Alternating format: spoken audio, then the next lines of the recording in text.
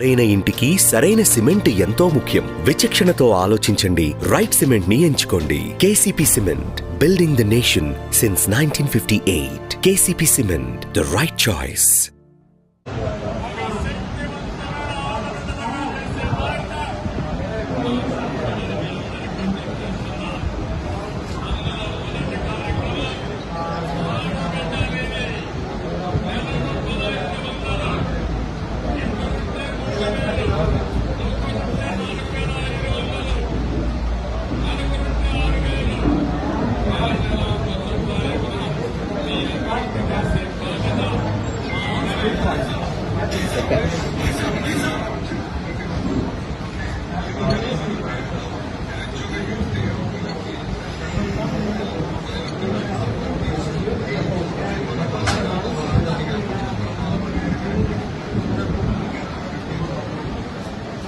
చూశారు కదా, 2024 ఎలక్షన్ ముందు కూటమి తరఫున చంద్రబాబు నాయుడు గారు, పవన్ కళ్యాణ్ గారు ఇంటింటికి తిరిగి ప్రతి సభలో ఆడబిడ్డ నిధి మొట్టమొదటి పథకం, ఒక ఆడబిడ్డ ఉంటే 1500, ఇద్దరుంటే 3000, ముగ్గురుంటే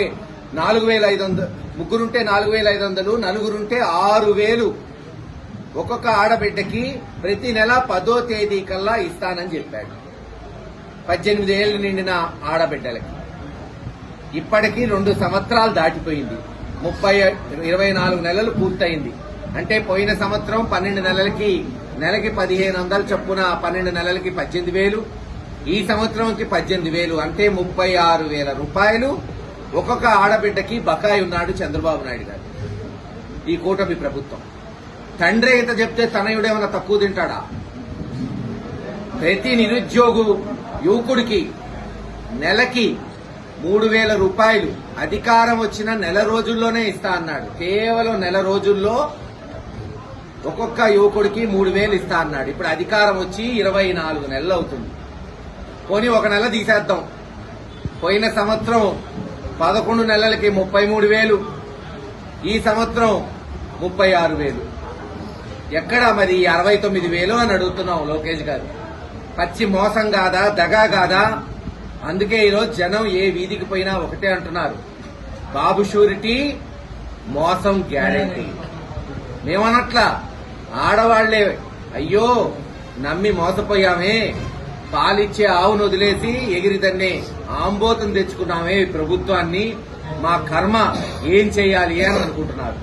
నిరుద్యోగులు పాపం వాళ్ళకు వచ్చిన ఇంజనీర్ సర్టిఫికెట్లు పెట్టుకుని ఎక్కడ ఉద్యోగం ఇస్తాడో తిరుగుతుంటే చివరికి డిఎస్సి వంటి ఎగ్జాములు పెడుతూ దాంట్లో మోసం చేస్తూ వాళ్ల చెంచాగాళ్ళకి లేదు వాళ్ల కార్యకర్తలకి లంచాలు తీసుకుని ఉద్యోగాలు ఇస్తున్నారు ఈరోజు, మెరిట్ మీద కాకుండా.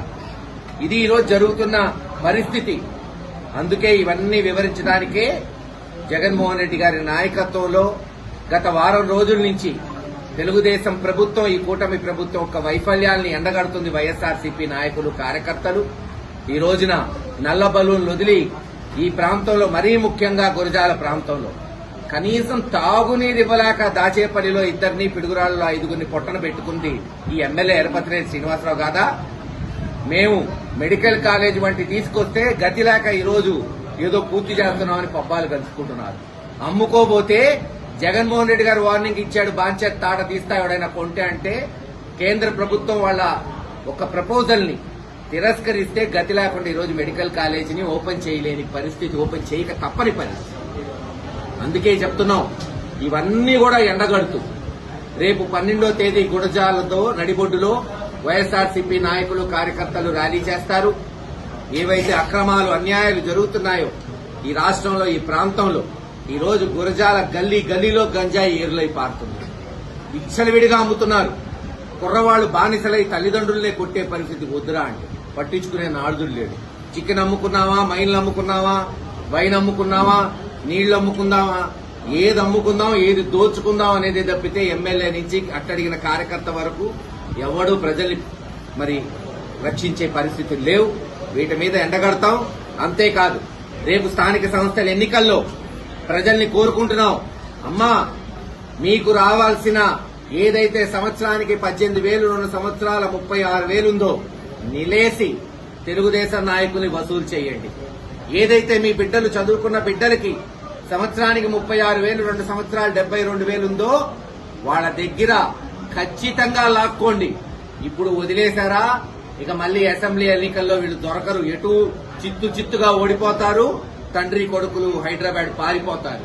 అందుకే చెప్తున్నాం, రేపు స్థానిక సంస్థలో ప్రతి ఇంటికి పోయి, ఎందుకంటే వైఎస్ఆర్సీపీ పార్టీ తరఫున ప్రతి సీనియరు, ప్రతి నాయకుడు పోటీ చేయబోతున్నాడు. ప్రతి ఇంటికి పోయి ఒకటే చెప్తాం, నిలేసి మీకు రావాల్సిన డబ్బులు వసూలు చేయండి. ఎలక్షన్లప్పుడు మీరు నిలబెట్టారా, మీరు వాళ్లకు బుద్ధి చెప్పారా, ఖచ్చితంగా భయంతో అయినా మీ డబ్బులు మీకు వస్తాయి. వదిలేశారా, 5 సంవత్సరాలు మీకు రావాల్సిన 90,000 రూపాయలు ఎగ్గొడతారు. మీ బిడ్డలకి రావాల్సిన సుమారు 1,80,000 రూపాయలు మీకు రాకుండా చేస్తారు. ఈ కూటమి ప్రభుత్వం ఒక్కొక్క కుటుంబానికి దాదాపు 2 లక్షల నుంచి 2,70,000 నష్టపోతారు మీరు గనక స్థానిక సంస్థల్లో నిలయకపోతే అని తెలియజేస్తూ రేపు 12వ తేదీ అన్ని వివరిస్తాం.